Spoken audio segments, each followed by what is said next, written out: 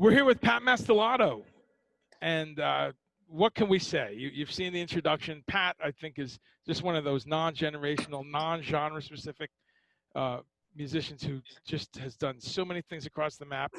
Pat, I just wanted to start with, give us some thoughts on your first memory of falling in love with music. What were some of the first couple of things you heard and you said, really? That's what I got to do. Falling in love with, well, I guess it would have been the One-Eyed Purple People Eater. Maybe that was a big one on our playlist. Stuff like that with my sister. I guess Lassie had a theme song. Let's think. There was something about, oh yeah, we loved that one, smoking cigarettes and watching Captain Kangaroo. What was that song? I forget what that was called, but that was my sister and I, little Catholic school kids. You know, that was really, woo, smoking cigarettes. You know, then the British invasion hit. I can't remember before the British invasion if I really had any deep connection to music. But when the British invasion hit, for me, that was third grade.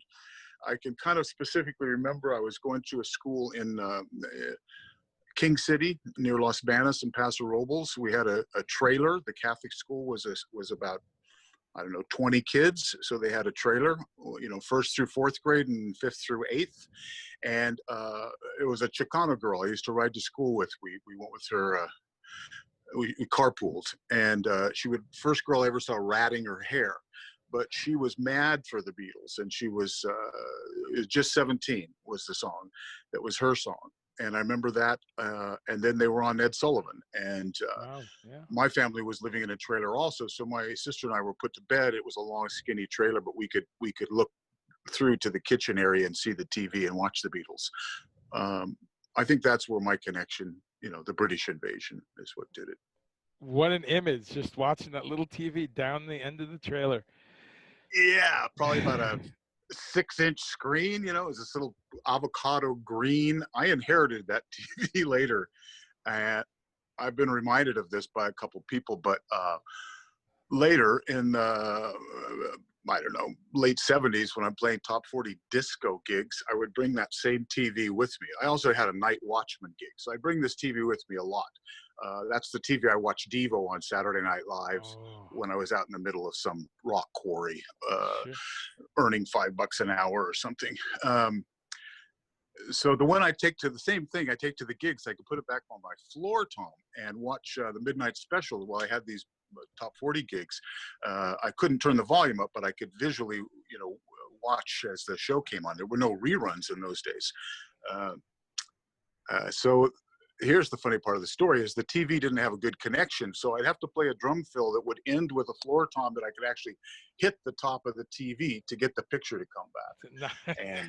And I have some buddies that I recently reconnected with that remember. They say, you remember you had that TV and you would swing around and slap that thing and then you get all excited watching somebody on TV while we were playing a disco song. That's great. And you would do a Fonzie on it and hit the TV to get it to work. Oh yeah, it was about those days. That's great. That's a great story. Tell us a little bit about how you made that jump into being a sessions player and playing with Pointer Sisters and Patti LaBelle and folks like that. Was that kind of late 70s, early 80s? Where was the transition there? Late 70s, early 80s. I moved to LA in 74, I think, summer just before the bicentennial, if I remember right, because that had been 76. I don't remember for sure, but I was not quite 18, and my dream was to be a session musician, and my best understanding of that was somebody like Jim Gordon, where I could see he's playing with Derek and the Dominoes, he's playing with Joe Cocker, he's playing with George. This is the best in the world, you know. This guy Russ got every gig going. I thought that's what I want to do, and I hooked up in LA with some characters right away. So I started to do recording sessions right away. You know, there was no drum machine then, so we could get. I'm trying to think. One of my first sessions was Dobie Gray for a Stale. but I didn't play on that track. I played on demos for the guy, or it might not have been his songs. Maybe these songs people were pitching to him. One of the other first sessions I had was at ABC Dunhill. The one for Dobie, I think, was off of Vine. I guess that would be Capitol. The one with at ABC Dunhill, that was Juice Newton. I would pick up those little tabs of paper at the Guitar Center. When I moved to LA, I was working every straight gig I could find through my dad, as well as I did phone solicitation crap and the cold calling people to try and sell carpet, which I never sold. But also take every audition and every gig I could take at the same time. And one of these was the Silver Spur, which was Juice and Otha, and I forget the bass player's name. And they wanted to add a drummer for their showcase gig at the Troubadour.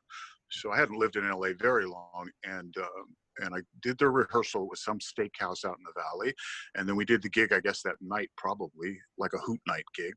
And I remember I had a big fucking mistake, which was you come in big for the second chorus, yada boosh da chorus, and I did that for the first chorus, and all the team stopped and looked around like, wrong. Not that it probably really mattered, but anyway, I was pretty embarrassed. And I thought that gig was over, but a day or two later they called and said, we're going in the studio. They took me in. It was Bones Howe. If you remember that guy, he was a producer with the Nation and maybe the Mamas and Papas. Oh, yeah. And this was at ABC Dunhill, Steppenwolf and Steely Dan. And like, wow, I felt like I'd arrived and cut the whole record that day, which was actually the demos. So as you can imagine, a year or two go by, she comes out as Juice Newton, a lot of the same material, and it's on Capitol, I think, when she was finally released. And that's Hal Blaine and Jeff Porcaro and those guys. Sure. And I'm just beating around doing every gig I can. Let me think how that would have worked out, but I ended up meeting Mike Chapman. I was working with two different girls at some point, probably around 79-ish, 78, 79. Holly Penfield, she was a girl from the Bay Area that I knew a little bit. She was managed by, originally by Bill Graham, and then later by Bud Prager, that was managing Foreigner. And I think at the time it was Bud Carr that had taken over as a manager, who is involved with a lot of things still. I see his name show up in a lot of film work. Managed Kansas. So she had a lot of things going on, and we're searching for a record deal, cutting demos all the time. And simultaneously, I'm playing with this girl named Shandy, which was a bit more of a punk band. And we were playing live a lot more than we were recording. I think we just did 1 or 2 sessions, which had Jimmy Haslip on bass. So how great was that? Yeah, it was Phil Brown and Jimmy Haslip originally were the lineup of the band with me and Paul Herzog. And I really dug her music. But anyway, I reached a situation where they both got record deals with Dreamland. Dreamland was a subsidiary label on RSO, Robert Stigwood's label. Sure. This was Mike Chapman and Nikki Chin. And you know, right? The Sweet, Blondie, the Knack. Blondie, for sure. A lot more. Well, originally they were the songwriters. If you think back to Ballroom Blitz and stuff like that, Little Willie, that's Mike's song about his dick, and all these other bands that we didn't really know in the States, Mud, Smokey, they never had hits here. Chapman told me, oh, we'd just come to the States and hear what was on the radio by the Eagles or somebody and go home and cop the feel of that and rewrite a song and have a hit. So the problem was that Mike Chapman signed Shandy. He fell in love with her and started coming to the gigs. And Nikki Chin fell in love with Holly Penfield. So they brought me into the office once they realized they had the same drummer in both bands. So I was kind of in big trouble for a while. They told me I'd done a disservice to the artist. I should never work with more than one act.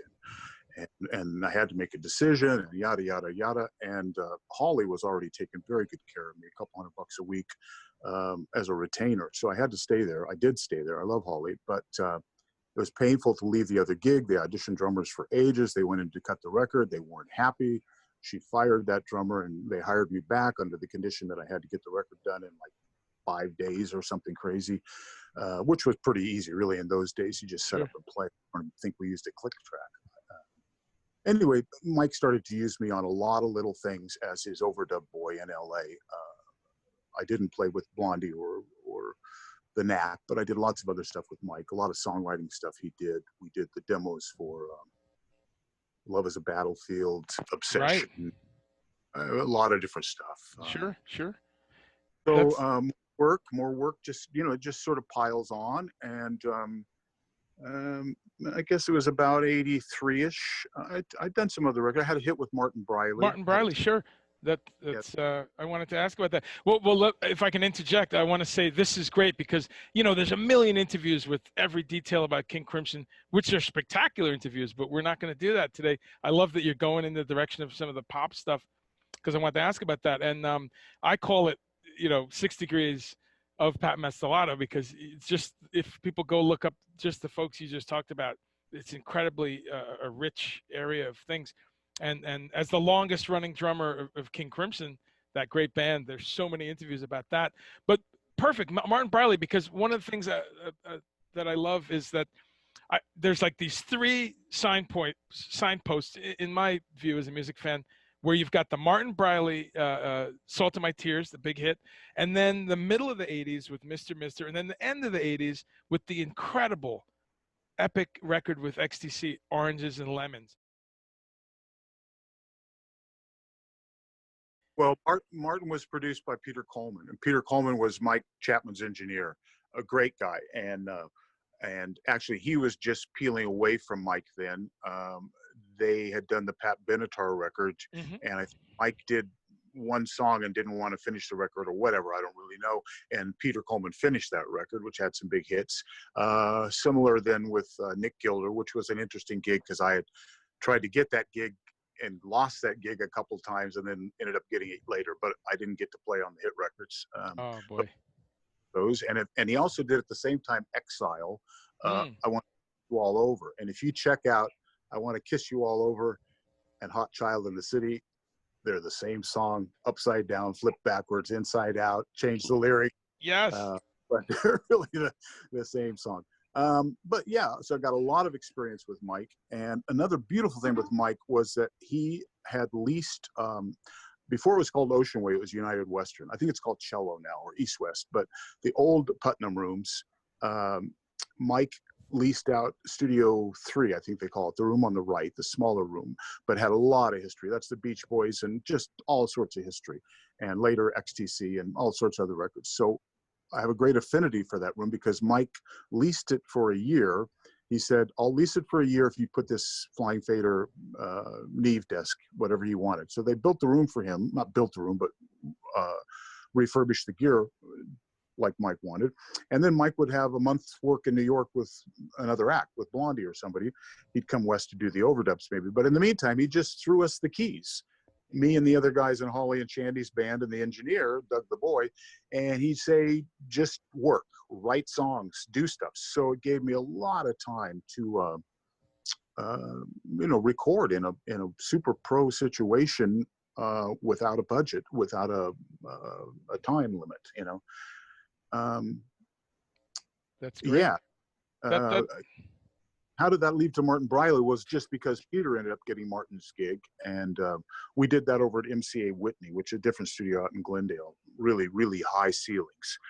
That was really, in those days, that was the Chin Chap sound, was MCA Whitney to track the drums. That's where they did the knack. My Sharona's in there.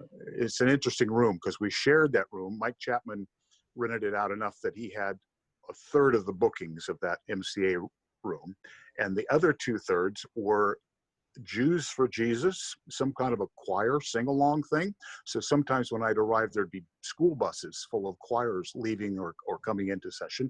And the third act that we shared those rooms with at that time, for a couple of years there on and off, because we did a lot of records there, was The Walrus of Love. Help me out.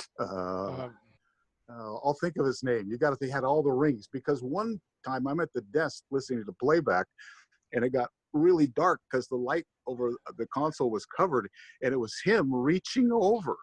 It's a love and Barry White. I didn't know that song by him, or not the title, but okay, yeah. That's no, great. around the town they call it The Walrus. That's his kind of a nickname, right? That's right. I felt this feeling over me, and it was him. He'd come back to the studio because he'd forgotten his rings. They were sitting on the desk, so he had to reach over me. But anyway, it was just great times. That was a great record, and That's yeah, great. yeah. No, that a great record, and that's great to hear about you're answering so many of my questions without me asking, because one of the things is your 80s drum aesthetic, which usually that's a bad phrase, but I think there's a beautiful thing where you're on all those records, what you're doing with drums is subtle. You know, it's never overpowering, and it doesn't have that corny 80s wash of reverb thing. Those very three different things: the Martin stuff, the Mr. stuff, and the XTC. Of course, people know the Mr. years and those huge hits that you guys had. And then 2010 with the Pull record, because I think that's some really strong tunes on that. And we know the story where that just record company stuff and it. Yeah, I'll give you a quick fast forward. How did I slip through this? So by the time I met Rich and Slug,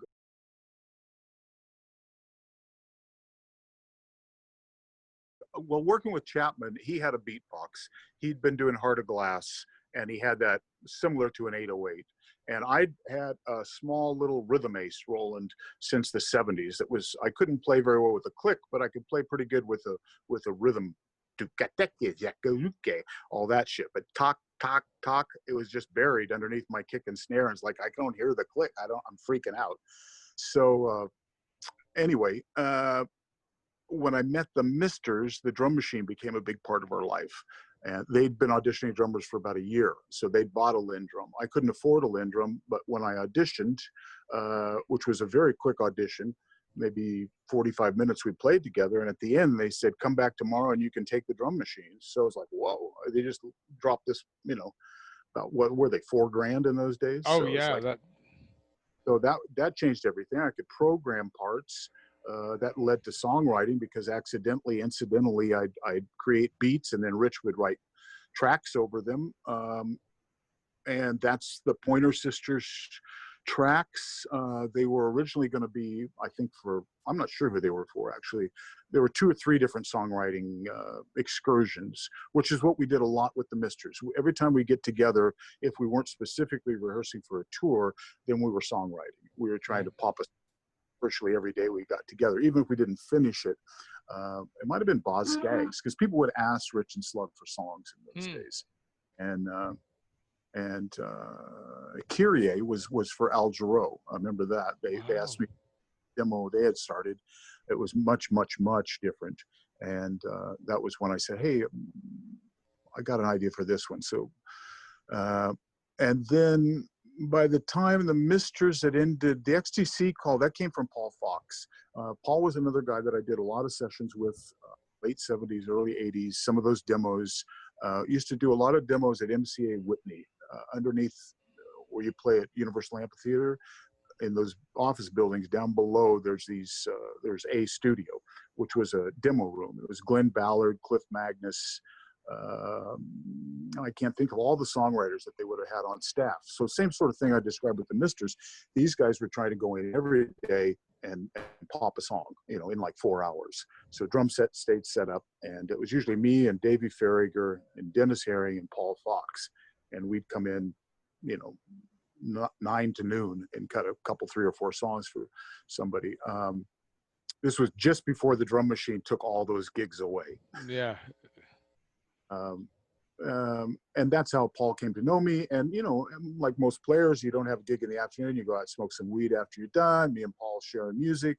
I think I actually turned Paul on to XTC. We were really into Thomas Dolby then, listening to those records together. So a few years later, Paul was getting more production work, and he'd call me to do an overdub or, help him fix something. And then one day he called and said, I got another gig for you, and it's XTC. And I'm like, bullshit. And he's like, no, I'm serious. He says, I'm totally convinced that he's bullshitting me. And in those days, did you know Robbie Eagle? I was just thinking of Robbie Eagle. Know the name, but I don't know him. Yeah. He was my Misters, then he went on to do Prince and Yes and stuff. So I thought you might have crossed paths. Him and Dallas Shue.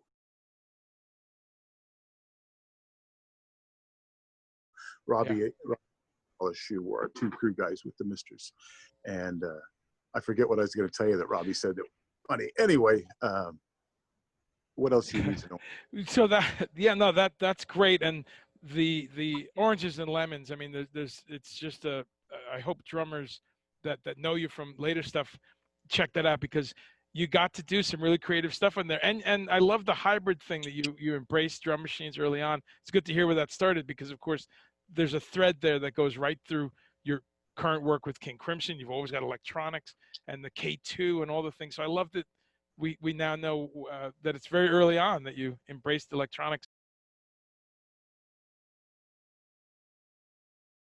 But even on that record, there's some really cool stuff. There's Zairian kind of rhythmic stuff, and the sukus kind of rhythms.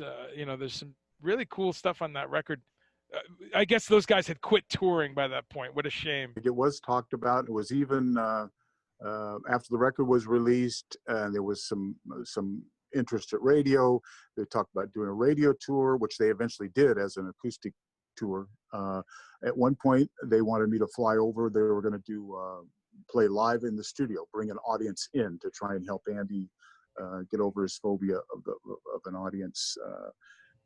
So they were going to have us live in the studio, but then at the last minute, that all went. Yeah, didn't happen.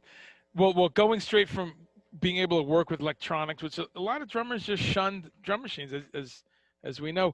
I think what's also interesting is you've worked with so many great drummers too, and you're very comfortable with that. Of course, the Crimson double trio with Bruford, and then the duo with Terry and Hobo Lema, and the recent stuff with Tobias Ralph, which is a great record.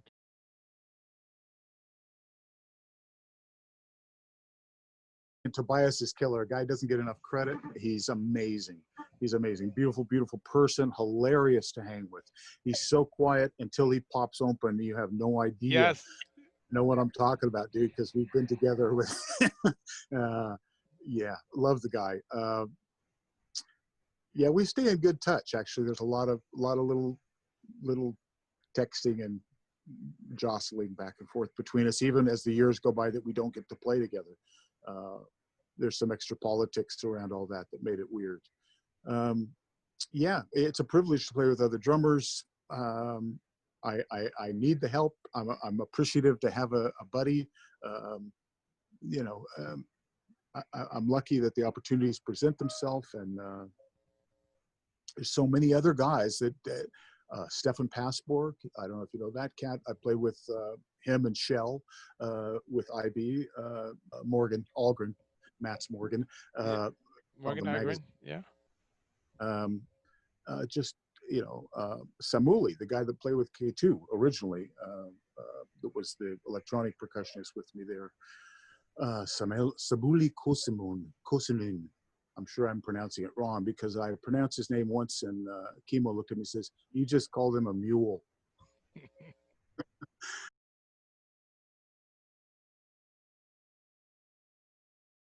So my pronunciation spelling is crap. Yeah, I don't know what to tell you, dude. It's a pleasure to play with a good drummer. And these guys you're mentioning are all beyond good. So. Well, that's why they pick you. I really hope that somewhere there's outtakes, or maybe some video of you and Bill Bruford working at Ba-Boom. What a beautiful, that right into thrack. I hope people watching this all know that, because what an amazing, creation that was.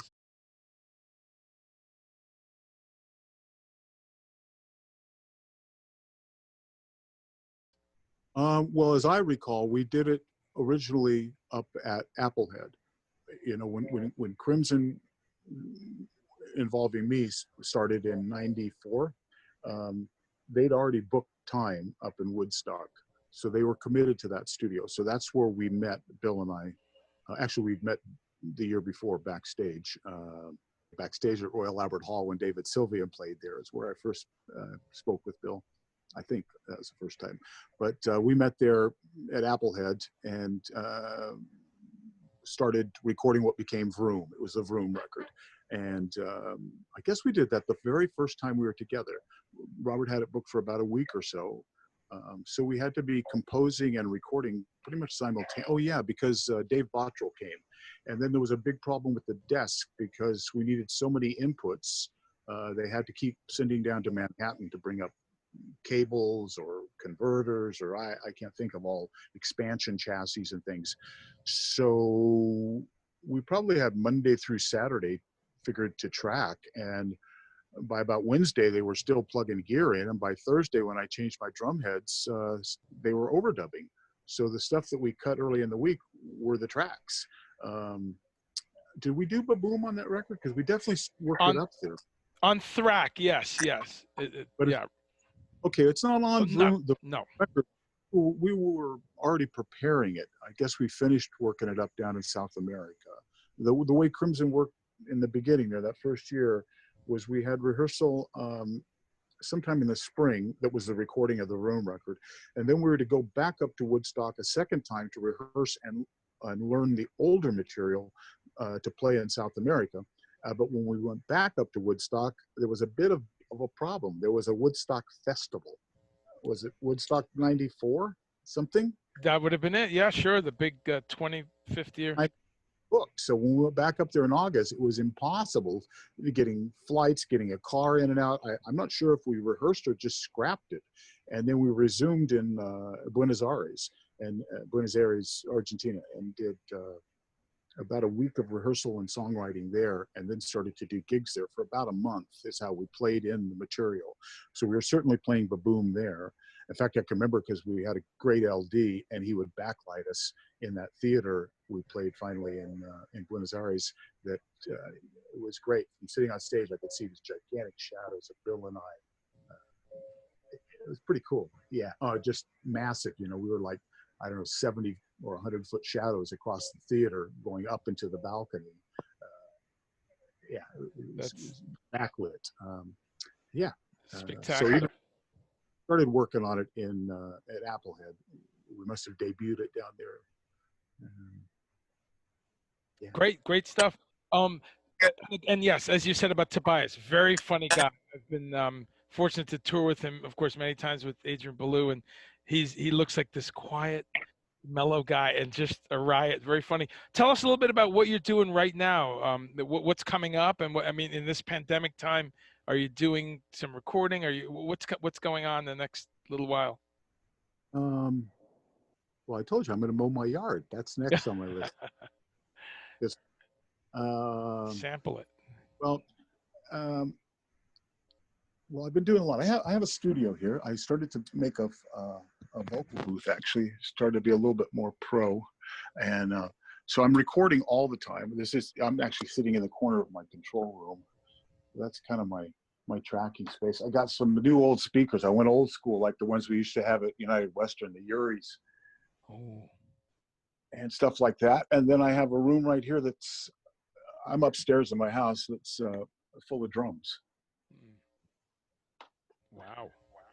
Yeah, it's pretty overwhelming. So I usually start my mornings on my rowing machine, and then I move across anyway. So between all that, yes, I'm constantly busy recording, as busy as I want to be. There's a new Orc record, ORK. We've got about 25 songs. We hit another level of songwriting about 3 or 4 months ago. So the most recent 10 songs are probably the strongest. I did some stuff for Frost. You know that band Frost? Heard the name, yeah. I saw them once on the Prague cruise. They're great. Greg Brundell was their drummer. There's another project I just did some tracking with is Jonas Reingold that plays with Flower Kings. It plays with Steve Hackett now, and Greg Brundell, and the keyboard player. I'm drawing a blank on his name. I'm sorry about that, buddy. But they have a new thing that's coming out. I think they're going to call it Backstage, and I'm their guest on 1 or 2 songs. Let's think. What else? I mean, I forget, dude, but it's constant. Great. Stickmen. We haven't actually started a new Stickmen record yet. I did some tracking for Tony earlier. I think he's making a solo record, maybe. Tony is on the side. I did some stuff with Markus. The stuff we did with Gary Husband, we did a little bit of editing on that here. what was I going to say there? This other thing with Markus, Tim Gardner. I did something for the Rembrandts. I was just talking with Danny, emailing a couple months ago, and another guy that I hadn't played with, Bob Gray. I hadn't played with him since the 76, 77 in LA. We were in bands together and then fell apart and reconnected through Facebook, and ended up cutting a track for him last month. A lot of that. It's great because this has been the whole journey, and that's what's so fascinating about not only being a dear friend, but a fan of your work, because it's all over the place, whether it's K2 and Tuner and the Stickmen and all the things we've talked about. Programming for Kim Mitchell. I mean, it's oddball moments like that. I'm a huge fan of Max Webster, Kim Mitchell.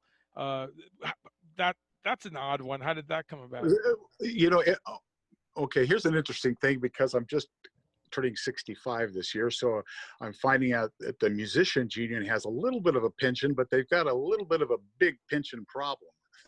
The pension is about poof, and I'm just getting to the point where I'm checking in to see if there's a pension. The union never got me a gig. All the gigs come word of mouth.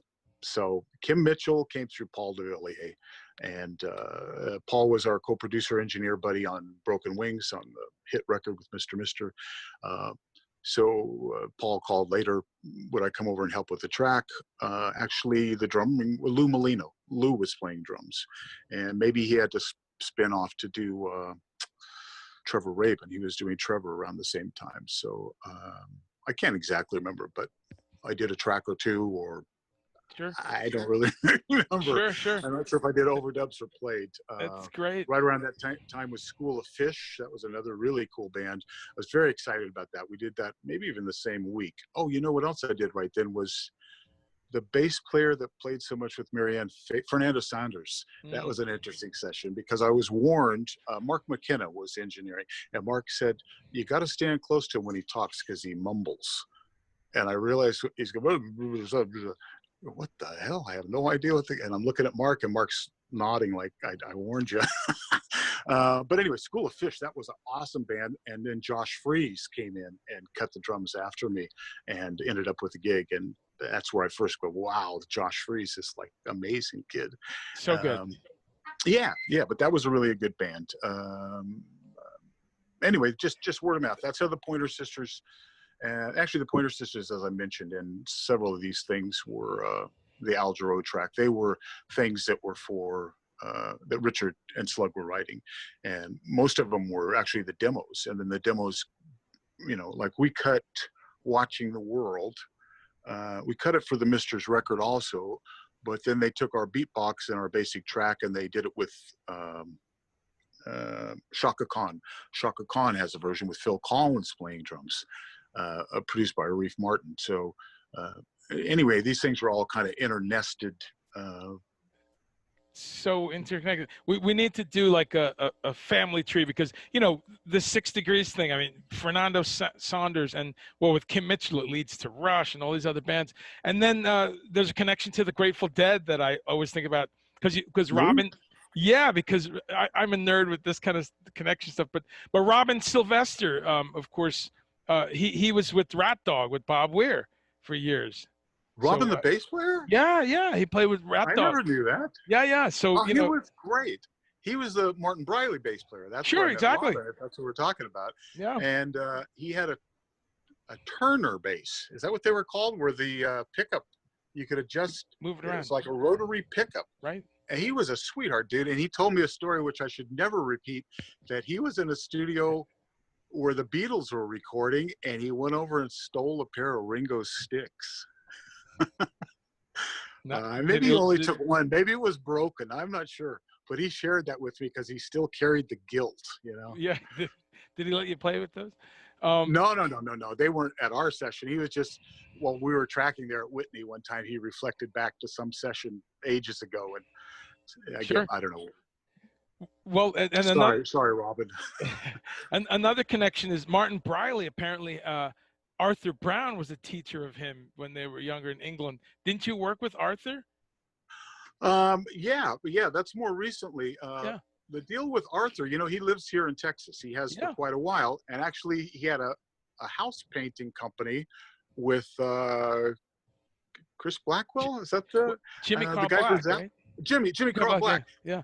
Black and Brown Painting. Yeah. Brown and Black and Brilliant. Brown Painting Company. Yeah, that's great. And then Arthur made a record a couple of years ago where he recut Fire and some stuff. So yeah, I went over and did a few overdubs. I've never toured with Arthur. I've met him a few times there and talked. And we had, in fact, what's kind of a sad memory now is Arthur and Jamie Oldecker at Mike's New Year's Eve get together a couple of years, maybe 5 years ago now, but Jamie just passed a few days ago. And that's the last time I saw him was there over at Mike's place.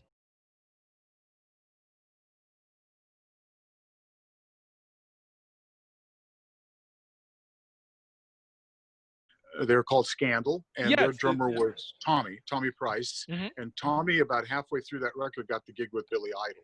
Right. So he would have left to do Billy's tour, or I don't really know. So they finished tracking the record in New York with a couple other great drummers, and one of the tracks they weren't happy with was Only the Young. So then they came out west to LA. It was Rick Chertoff and Mike Chapman. They were buddies. I think Chertoff was the producer, but Mike was around, and they brought out Bill Whitman to engineer. A very unusual session for me because we were at MCA Whitney, a studio I'd used a lot, recording with Mike, and Mike and Peter Coleman had a specific drum sound, you know, very, very roomy, very hard attack sound in their sound. They use a KM84 microphone on a double boom mic stand as high as you could get it in the ceiling, and then we'd spend forever with broomsticks trying to get that to point directly down at the snare drum to, you know, get isolation from that distance on a microphone. And anyway, just very different sound when Will was getting sounds, and he wanted bigger and bigger cymbals. I put up the biggest cymbals I had, and he covered them with a towel and mic'd the hi-hats from underneath. It was really bizarre to me. But anyway, we spent the whole day getting sounds and tracking, and then they let me know that they're going to go into record and that I'm going to erase this other famous drummer, and there's no Pro Tools then. You know, I've done this before, other sessions where they say, hey, you know, you're going to play over so-and-so, and he's gone. I'm saying, please just make a safety. Or anyway, that's that track. So we actually came in the next day to get the track done. But it becomes, for me at least, a very worrisome feeling, dude. It's like there's no way back, and you know, you play it easy when it's easy, and then the more you play it, the simple thing gets harder and harder to play. And so great story. And I just assumed it was a regular session from the top, but that's a great song though. And then there was some stuff. Well, they were ahead of Journey. I don't know if they didn't know Journey was gonna. I don't really know the background of how they picked that song. I think it was meant to be their single, but I think Journey beat them to it. Well, those guys wrote it. It's a Steve Perry, Neil Schon, Jonathan Cain wrote it. Oh, there you go. Yeah, okay. and they gave it to Scandal or sold it to them, and then I guess it was so good they said, well, we're going to do it. But great, thanks for fleshing that out. But well, yeah, man, I know you're tight on time, and you know. Well, it gets hot in Texas. The sun's coming out, you know. Pretty soon, I'm going to try and mow, and I'm going to look out there and go, oh man, I can't. It's too. Actually, it's kind of overcast today. It's not so bad. Okay. No. Well, let's. You know, we can wrap there. I mean, we could do a part 2 sometime. But Pat, thank you so much for chatting on a hot Texas day. Really appreciate it. It's cool up here. Right inside. I want to share this look because it was so good. Once I was trying to figure out where to do you from. How did I do it before? Where I had that deep dark. Yeah, I can just sort of fade away. Yeah, that's fade. That's a dissolve. I like it. He's only 70 this year. You're looking at it right now. Yeah, I just looked to see where he is on Wikipedia, but yeah, he's 70, and no, but he's years with Rat Dog and all kinds of amazing shit before that. You know, the Shirelles and Billy Preston and Bo Diddley, all kinds of amazing. I tell you a funny, quick story, kind of a little bit funny with Robin, which was when we were cutting Salt in My Tears, and it was actually that song. Oh, there's a hole in there. Yeah, that I guess it was Martin probably, or possibly Peter Coleman. One of us referenced "Free" All Right Now, and he said, "I want to get the bass like that All Right Now song, Free." So they send out, get the record. There was no Spotify. Come on, you have to go down to send the engineer, the second engineer down to Tower Records, buy a cassette, bring it back. Let's listen to it and vibe off of what's going on there, which is the thing that Chapman used to do a lot. Actually, we'd sit in the studio and just listen to Al Green for 2 or 3 hours, and then go track and try and catch a feel like that.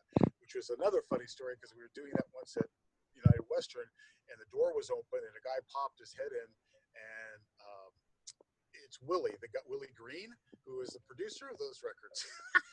And we had to admit that we were just trying to steal his vibe. We were listening, kind of making notes of other stuff. But the thing with Robin that was kind of funny was they wanted to reference that "Free All Right Now" song, and we put on the record, and there's no bass. It doesn't come in until the chorus. That's right. It's just those chords. I think we did the same thing in "Salt in My Tears," or whatever song we were working on then. Was the bass held out until that moment? Oh, you're kidding? Yes. Oh, dude, that was one of my first shows. Dude. Alice Cooper at Winterland, and they started with "Sunrise," where they come out. I think it was Alice. I'm not sure, with a hammer, and he's hitting the base of the microphone stand on the bass drum. It was a pretty powerful way to start a show. Thanks so much for your time, Pat. Yeah, wear your mask. This is dude. my, so many times I'm unprepared. Somebody just shows up. So besides wearing a real mask, I've always got another one in my pocket, another one around my neck. Stay safe out there, both of you. Stay safe. Those numbers are crazy in Texas, and we'll keep staying in touch. Okay, dude. All right, and bro. I should interview you sometime. I don't know where the camera's puts the camera on this, but I should interview you. Okay. No, that would be fun. No, it's good to see you again. I will. Robin and I were saying too. We hadn't seen you. We said goodbye in the lobby in Mexico City last. Yeah. Which was bizarre that we figured out you were playing. So hey, you just made me remember that I did an interview with Tobias. You can look online for that somewhere, where this guy came in Germany that does a drum channel to do an interview with me, and we were double drumming. I said, "Dude, my buddy here," and he said, "I got no questions for him." So I said, "Give me the microphone." So I do the Mike Douglas thing and interview Tobias. That's great. You can look for that. I will, and we'll put a bunch of links here, and we'll talk about the Orc and the new material people should look for, and of course the duo record with Tobias. We need to people need to know about that. Yeah. So all the links will be here. So, okay. All right, buddy. I didn't know there was so much to talk about. Okay. We're only we got through a third of it, believe me, because you've done a lot, and thank you for being inspiring that you're not stopping. Talk to you soon. Okay.